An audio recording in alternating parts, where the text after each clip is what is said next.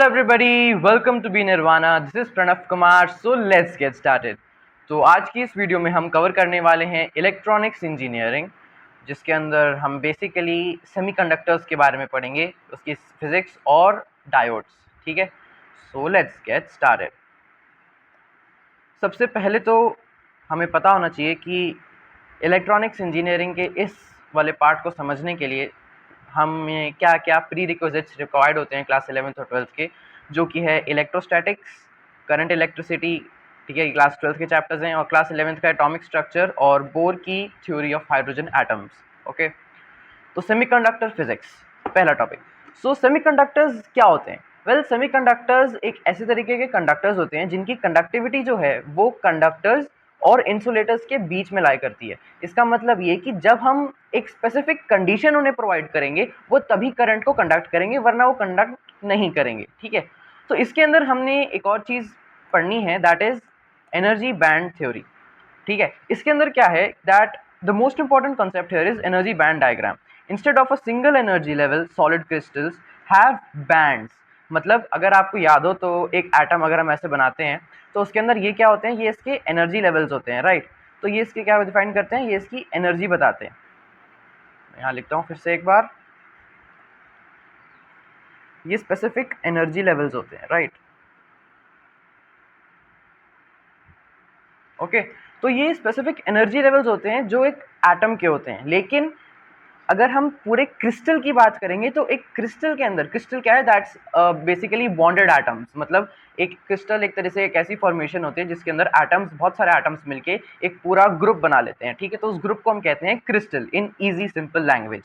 तो अब क्या होता है, क्रिस्टल के अंदर ना ऐसे एनर्जी लेवल्स नहीं होते, उसके अंदर बैंड्स होते हैं, एनर्जी के बैंड्स होते हैं. फॉर एग्जाम्पल, जैसे कि मैं यहाँ पे आपको बना के दिखाता हूँ. एक होता है कंडक्टर बैंड और एक होता है इंसुलेटर बैंड. ठीक है, और इनके बीच में जो गैप होता है उसे कहते हैं फॉरबिडन गैप.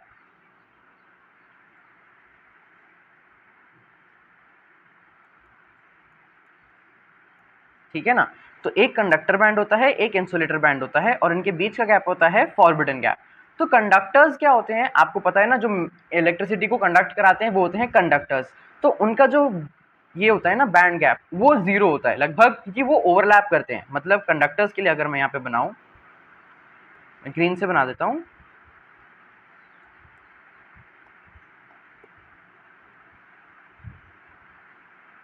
कंडक्टर्स के लिए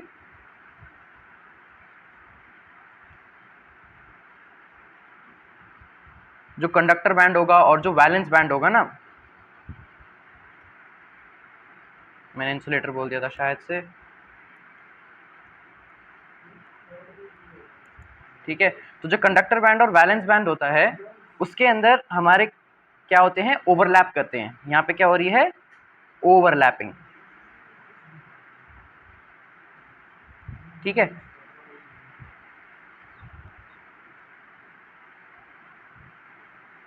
इंसुलेटर्स के अंदर क्या होता है वो भी आपको बना के दिखा देता हूँ.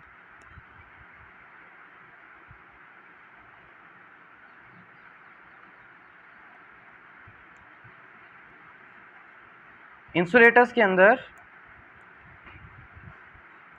जो फॉरबिडन गैप होता है वो बहुत बड़ा होता है. ठीक है, लेकिन सेमीकंडक्टर्स के अंदर क्या होता है,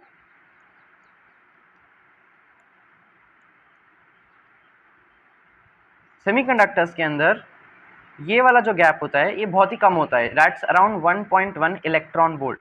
ठीक है, तो this is the forbidden gap, और इसकी वैल्यू जो है बहुत छोटी है, इसलिए ये से हम कहते हैं सेमीकंडक्टर. ठीक है, मतलब अगर हमने यहाँ पे प्रेजेंट इलेक्ट्रॉन को अगर थोड़ी सी एनर्जी प्रोवाइड करी तो ये यहाँ से जंप करके इस बैंड में आ जाएगा. ठीक है, अब ये वैलेंस बैंड कौन सा होता है, कंडक्टर बैंड कौन सा होता है, इसको समझने में थोड़ी सी कंफ्यूजन होती है. तो मैंने यहाँ इस पीडीएफ में इंग्लिश एग्जाम्पल दिया हुआ है, दैट इज कि वैलेंस बैंड का मतलब होता है घर जहाँ इलेक्ट्रॉन रहते हैं. वैलेंस बैंड कौन सा होता है मेरा, जो मैंने रेड से बनाया हुआ है, दिस इज वैलेंस बैंड. ठीक है, यहाँ पे कौन होते हैं, यहाँ पे होते हैं इलेक्ट्रॉन्स.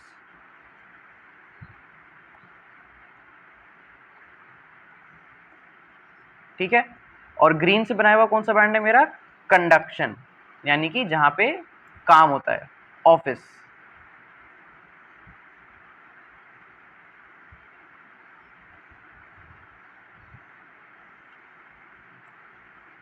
ठीक है, और जो बीच का गैप है उसे क्या कहते हैं, एनर्जी गैप। अब इनकी हम डेफिनेशंस पढ़ लेते हैं। Valence band, the lower energy band filled with electrons. Conduction band, the higher energy band where electrons can move freely to conduct current. Energy gap, e.g., the forbidden gap between the two. In semiconductor, this gap is small, around 1.1 eV for silicon. ठीक है, चलो आगे बढ़ते हैं। Next is intrinsic versus extrinsic semiconductors. तो अब semiconductors के अंदर भी हमारे पास दो टाइप्स होती हैं, एक होती है इंट्रिंसिक और एक होती है एक्सट्रिंसिक। इंट्रिंसिक कौन सी होती है, प्योर सेमीकंडक्टर्स, मतलब जैसे कि सिलिकॉन हो गए और जर्मेनियम हो गए। इसका मतलब ये कि at 0 kelvin they act as insulators. ठीक है ना, और जैसे जैसे टेम्परेचर इंक्रीज करता जाएगा, इलेक्ट्रॉन जो हैं वो वैलेंस बैंड से कंडक्शन बैंड के ऊपर जंप करते जाएंगे, जिसकी वजह से वो होल्स क्रिएट करते रहते हैं किधर, वैलेंस बैंड में। अब मैं आपको ये चीज़ समझाता हूँ। ये है हमारा कंडक्शन बैंड, ये है हमारा वैलेंस बैंड। ठीक है, जैसे जैसे टेम्परेचर इंक्रीज कर रहे हैं, टेम्परेचर मैं यहाँ से दिखा देता हूँ, जैसे जैसे टेम्परेचर इंक्रीज कर रहे हैं, हमारे जो इलेक्ट्रॉन्स हैं वो यहाँ से जंप करके इसमें एंटर कर रहे हैं। ठीक है, अब वो जैसे ही जंप कर रहे हैं तो ये वाली जो जगह है ये तो खाली हो जाएगी ना, ये खाली हो गई, ये वाली जगह खाली हो जाएगी ना। तो इस खाली जगह को हम क्या कहते हैं, होल। ठीक है, जाहिर सी बात है, अगर वहां पे कुछ सामान था, मैंने उसको निकाल दिया, तो वहां पे अब गड्ढा बन गया ना, होल बन गया, बस यही है। इसे कहते हैं वैकेंसीज। एक बार फिर से पढ़ते हैं डेफिनेशन। प्योर सेमीकंडक्टर्स, सिलिकॉन और जर्मेनियम, ठीक है, at 0 kelvin they act as insulators. As temperature increases, electron jump from valence band to conduction band, creating holes in valence band. ठीक है, तो चलो अब आगे बढ़ते हैं हम एक्सट्रिंसिक सेमीकंडक्टर्स पर। तो एक्सट्रिंसिक सेमीकंडक्टर्स होते क्या हैं? वेल, आपको अभी जस्ट मैंने बताया कि सेमीकंडक्टर्स मतलब कि सिलिकॉन और जर्मेनियम जैसे हमारे नेचुरल, ये इंट्रिंसिक सेमीकंडक्टर्स होते हैं। एक्सट्रिंसिक सेमीकंडक्टर्स वो कंडक्टर्स होते हैं जिनके अंदर कंडक्टिविटी बढ़ी हुई होती है कंपेयर्ड टू योर सिलिकॉन और जर्मेनियम। क्यों? क्योंकि इनके अंदर हम इम्प्योरिटीज़ को ऐड कर देते हैं, जिसकी वजह से डोपिंग होती है। ठीक है, अब ये होते हैं दो तरीके के, एक होते हैं एन टाइप और एक होते हैं पी टाइप। ठीक है, एन टाइप वाले कौन से कंडक्टर्स होते हैं, सेमीकंडक्टर्स कौन से होते हैं? एन टाइप वाले वो सेमीकंडक्टर्स होते हैं जिनके अंदर पेंटावेलेंट इम्प्योरिटीज हम ऐड करते हैं। पेंटावेलेंट मतलब, अभी जस्ट आपको मैं बताता हूँ। हमें क्या पता है, हमें पता है जैसे सिलिकॉन हो गया, जर्मेनियम हो गया, ये सब कार्बन के नीचे आते हैं, राइट। कार्बन, फिर सिलिकॉन, फिर जर्मेनियम, है ना, पीरियोडिक टेबल के अंदर। तो क्या होता है कि इनकी जो कार्बन की वैलेंसी कितनी होती है, 4, है ना। अब क्योंकि कार्बन की वैलेंसी 4 है, तो इसलिए सिलिकॉन और जर्मेनियम की भी 4 हो जाएगी। तो इन्हें हम कहते हैं टेट्रावेलेंट सेमीकंडक्टर्स। ठीक है, लेकिन अब इनकी जो, अगर हमें कंडक्टिविटी बढ़ानी है तो हम क्या करते हैं, हम इनके अंदर पेंटावेलेंट इम्प्योरिटीज, जैसे कि हम जो इनके नेक्स्ट ग्रुप वाले हैं ना पेंटावेलेंट, जिनकी वैलेंसी 5 है, उन्हें ऐड कर देते हैं। तब ये क्या बना लेते हैं, एन टाइप सेमीकंडक्टर्स। ठीक है ना, जिनके अंदर कैरियर्स, किसके कैरियर, चार्ज का कैरियर कौन होते हैं, इलेक्ट्रॉन्स होते हैं। ठीक है, मतलब करंट इलेक्ट्रॉन्स के थ्रू फ्लो करता है। और पी टाइप कौन से होते हैं, जिनके अंदर ट्राईवेलेंट इम्प्योरिटीज, मतलब जैसे कार्बन से पहले वाले, जैसे कि बोरॉन, है ना, वो वाले इम्प्योरिटीज को ऐड करते हैं, क्योंकि इनकी वैलेंसी 3 होती है। ठीक है, और इनके कैरियर क्या होते हैं, होल्स। अब देखो, मैंने इसके अंदर आपके लिए, इसके अंदर भी इंग्लिश की एक एग्जाम्पल सेट करा हुआ है। इंट्रिंसिक मतलब कि सादा दूध, मतलब बिल्कुल प्योर। ठीक है, थोड़ा बोरिंग होता है, क्यों? क्योंकि उसके अंदर कंडक्टिविटी जो है वो ज़्यादा नहीं होती। एक्सट्रिंसिक मतलब बॉर्नवीटा दूध, मतलब डोपिंग की वजह से अब इसमें एनर्जी यानी कंडक्टिविटी ज़्यादा है। ओके, चलो next topic is drift and diffusion. Drift और डिफ्यूजन, ड्रिफ्ट करंट मतलब movement of charge carriers due to external electric field like a battery. मतलब ये, फॉर एग्जांपल, अगर मेरे पास एक पूरा सिस्टम है, ठीक है, इस पूरे सिस्टम के अंदर अगर मेरे पास एक इलेक्ट्रिक फील्ड है ई, जो कि इस डायरेक्शन में जा रही है, और अगर मैंने इसी के बीच में यहाँ पे अगर मैंने इलेक्ट्रॉन को प्लेस कर दिया तो इस इलेक्ट्रॉन के ऊपर एक चार्ज होगा, और वो चार्ज जो है वो कहीं, क्योंकि यहाँ पे इलेक्ट्रिक फील्ड है ना, तो इसलिए वो इसकी डायरेक्शन में या फिर इसकी अपोजिट डायरेक्शन में कहीं ना कहीं तो फ्लो करेगा depending upon electric field, right. तो अब इस चार्ज की फ्लो का कारण ये इलेक्ट्रिक फील्ड है ना, तो मतलब चार्ज की मूवमेंट का कारण इलेक्ट्रिक फील्ड है, और चार्ज का मूवमेंट ही करंट कहलाता है। इसका मतलब movement of charge carriers due to external electric field like a battery. तो इसकी वजह से जो करंट जनरेट हो रहा है उसे मैं बोलूँगा ड्रिफ्ट करंट, ठीक है। Next is diffusion current. Diffusion current मतलब कि movement of carriers from high concentration to low concentration, जैसे like a drop of ink spreading in water. मतलब अगर मेरे पास, आपने ऑस्मोसिस चैप्टर पढ़ा ही होगा क्लास 10 के अंदर, उसके अंदर क्या बताता है, मूवमेंट ऑफ सोल्यूशन या सोल्यूट पार्टिकल्स या solvent from high concentration to low concentration, right. ऐसी कुछ होता है जहाँ तक मुझे याद आ रहा है, तो समझो वही है through a semi permeable membrane, right, है ना। तो वाटर पार्टिकल्स कहाँ से फ्लो करते थे, from high concentration to low concentration, मतलब कुछ ऐसी था, है ना। तो वही हमने यहाँ पे करा है, that is diffusion current, movement of carriers from a region of high concentration. मतलब यहाँ पे हमारे जो कैरियर्स हैं उनकी ज़्यादा कंसेंट्रेशन है और वो ज़्यादा से कम की तरफ आ रहे हैं, ठीक है। क्यों? क्योंकि वहाँ पे कम कंसेंट्रेशन है तो वो ऐसे इसी तरफ आएंगे, ओके, ताकि यहाँ पे भी उनकी कंसेंट्रेशन जो हो जाए ज़्यादा हो जाए। इंग्लिश एग्जाम्पल इसका भी है, दैट इज ड्रिफ्ट मतलब धक्का, मतलब हमने धक्का दिया तो इलेक्ट्रॉन्स चले, और धक्का क्या है, इलेक्ट्रिक फील्ड। और डिफ्यूजन मतलब खुशबू, जैसे परफ्यूम एक कोने से पूरे कमरे में फैल जाता है ना, बिल्कुल उसी तरीके से, ठीक है। तो वो हो गया डिफ्यूजन करंट। अब हम आ जाते हैं हमारे सेकंड उस पे, दैट इज सेमीकंडक्टर्स डायोड। जब हम पी टाइप कंडक्टर और एन टाइप कंडक्टर को साथ में जोड़ते हैं तो उसे वो बनाते हैं एक पी एन जंक्शन। ये कैसा दिखता है मैं आपको यहाँ पे बना के दिखाता हूँ। पी टाइप, ये हमारा एन टाइप है, मैं यहाँ लिख देता हूँ, और इसके बीच का जो ये पोर्शन है, ठीक है, ये है बैरियर पोटेंशियल।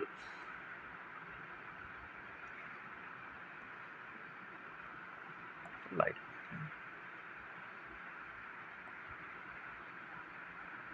चलो अभी अभी हमने क्या पढ़ा था कि पी टाइप में कौन से होते हैं, पी टाइप मतलब हमारे होल्स और एन टाइप मतलब हमारे इलेक्ट्रॉन्स। एक हिंट बता देता हूँ, पी मतलब ओके, पी मतलब पॉजिटिव समथिंग, मतलब पॉजिटिव मतलब जो इलेक्ट्रॉन जहाँ से चले जाएं वो हो जाता है पॉजिटिव, और एन मतलब नेगेटिव, नेगेटिव मतलब जहाँ पे इलेक्ट्रॉन्स आ जाएं वो हो जाता है नेगेटिव। अब आसानी से इसको एक छोटी सी ट्रिक है, उसको आप माइंड में रख सकते हो। चलो, सेमीकंडक्टर्स डायोड। तो अब जब हम हमारे पी टाइप सेमीकंडक्टर और एन टाइप सेमीकंडक्टर को साथ में जोड़ें तो ये एक जंक्शन बना देते हैं जिसे हम क्या कहते हैं, पी एन जंक्शन, ओके। तो अब जैसे ही हमने ज्वाइन करा, अब पहला उसमें क्या आती है, the depletion region. Immediately after joining electrons from the N side diffuse to P side and holes from P side diffuse to N side. हमें क्या पता है, हमें ये पता है, मैं होल्स बना रहा हूँ ब्लू से, हमारे यहाँ पी साइड में क्या है, होल्स हैं, और हमारे एन साइड में क्या है, इलेक्ट्रॉन्स हैं। तो अब ये क्या कह रहा है, ये कह रहा है कि जैसे ही हम इनको कनेक्ट करते हैं ना तो उसी समय क्या होता है, इलेक्ट्रॉन्स इधर आते हैं और जो हमारे होल्स हैं वो इधर से इधर जाते हैं, डिफ्यूज करते हैं, ठीक है। और ये क्या है,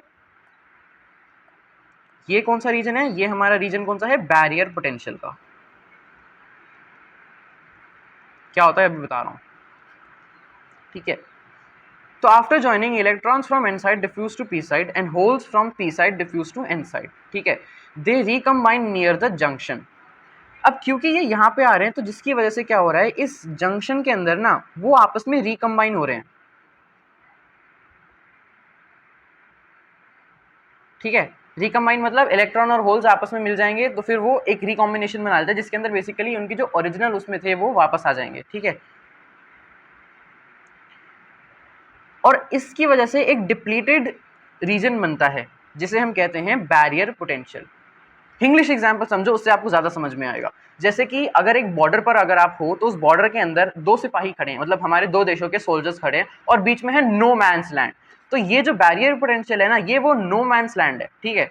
ये नो मैंस लैंड की तरह है, बॉर्डर के दोनों साइड के सोल्जर्स जैसे इलेक्ट्रॉन और होल्स ने मिलकर एक दीवार खड़ी कर दी है जिसे किसी को भी क्रॉस नहीं करने देती। मतलब ये बैरियर पोटेंशियल क्या करेगा, ये बैरियर पोटेंशियल एन टाइप से आने वाले इलेक्ट्रॉन्स को और पी टाइप से जाने वाले होल्स को, इन दोनों को अब जाने नहीं देगा, क्योंकि बीच में अब दीवार खड़ी होगी। समझ गए? चलो अब हम आगे चलते हैं बाइजिंग पे। तो बाइजिंग क्या है? Basically biasing is connecting to a battery. मतलब ये कि हमारा जो ये पीएन जंक्शन बना, अगर हमने इसको किसी बैटरी से कनेक्ट कर दिया है ना, ये यहाँ पे प्लस हो गया, या माइनस हो गया, यहाँ पे माइनस हो गया, यहाँ प्लस हो गया, मतलब एक पूरी बैटरी से कनेक्ट कर दिया, तो फिर उसके क्या क्या हमें देखने को मिले आउटपुट्स, उसके बारे में पढ़ते हैं। एक होता है फॉरवर्ड बायस। फॉरवर्ड बायस मतलब कि पी टर्मिनल जो कि पॉजिटिव है, पी टर्मिनल पॉजिटिव उससे कनेक्टेड है और एन टर्मिनल जो है वो नेगेटिव से कनेक्टेड है। तो depletion layer narrows and current flows easily.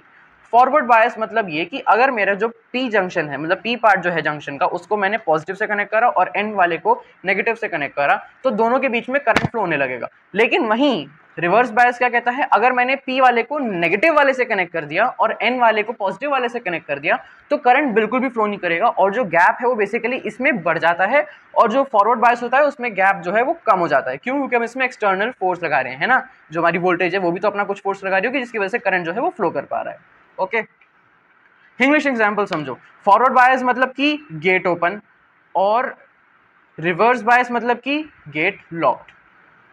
दीवार और गहरी हो गई है, रास्ता बंद हो गया है। और फॉरवर्ड बायस मतलब कि धक्का देकर दीवार को गिरा दिया। ठीक है, चलो नेक्स्ट बहुत ही इंपॉर्टेंट टॉपिक है, that is zener and avalanche breakdown. So let's go. If you apply too much voltage in reverse bias the diode breaks. Reverse bias मतलब वही पॉजिटिव जो है हमारा नेगेटिव टर्मिनल से कनेक्टेड है, और जो हमारा नेगेटिव वो जो एन टाइप है वो हमारा पॉजिटिव उससे कनेक्टेड है। तो अब हम अगर कह रहे हैं कि अगर हमने इसमें ज़्यादा वोल्टेज दे दी, तो इसका जो रिवर्स बायस को जो पूरा हमने जो डायोड बनाया ना, ये टूट जाएगा। ठीक है, अभी दो तरीके हैं इसके अंदर। पहला है Zener breakdown. Zener breakdown is basically जब आपका बहुत ही ज़्यादा हेवीली डोप्ड डायोड को आप थिन डिप्लीशन रीजन, ठीक है ना, occurs in heavily doped diodes with a thin depletion region. Depletion region मतलब वही वाला बैरियर पोटेंशियल। ठीक है, a strong electric field directly pulls electron out of the covalent bond. मतलब ये कि अगर मैं आपको बोलूं, ये देखो, ये हमारा पी टाइप है, ये हमारा एन टाइप है। ठीक है, और ये जो है ऑरेंज रीजन, ये बहुत ही छोटा वाला रीजन है। ठीक है, अब जैसे ही मैंने इसके अंदर बहुत ही ज़्यादा वोल्टेज में अगर करंट दे दिया ना, ये पॉजिटिव है, ये नेगेटिव है, ये हमारा एन टाइप है, ये भी लिख देता हूँ मैं। ठीक है, तो अगर मैंने अब ज़्यादा ही वोल्टेज में करंट दे दिया ना, तो क्या होता है कि क्योंकि मेरे ये दोनों हेवीली डोप थे, मतलब इनके अंदर जो है मैंने इम्प्योरिटीज ज़्यादा ऐड कर रखी है, मतलब एक कंडक्टिव कह सकते हो वहाँ पे। ठीक है, तो क्या होता है, एक स्ट्रॉन्ग इलेक्ट्रिक फील्ड, अब क्योंकि इनकी वजह से जो इलेक्ट्रिक फील्ड डेवलप हो रही होगी ना,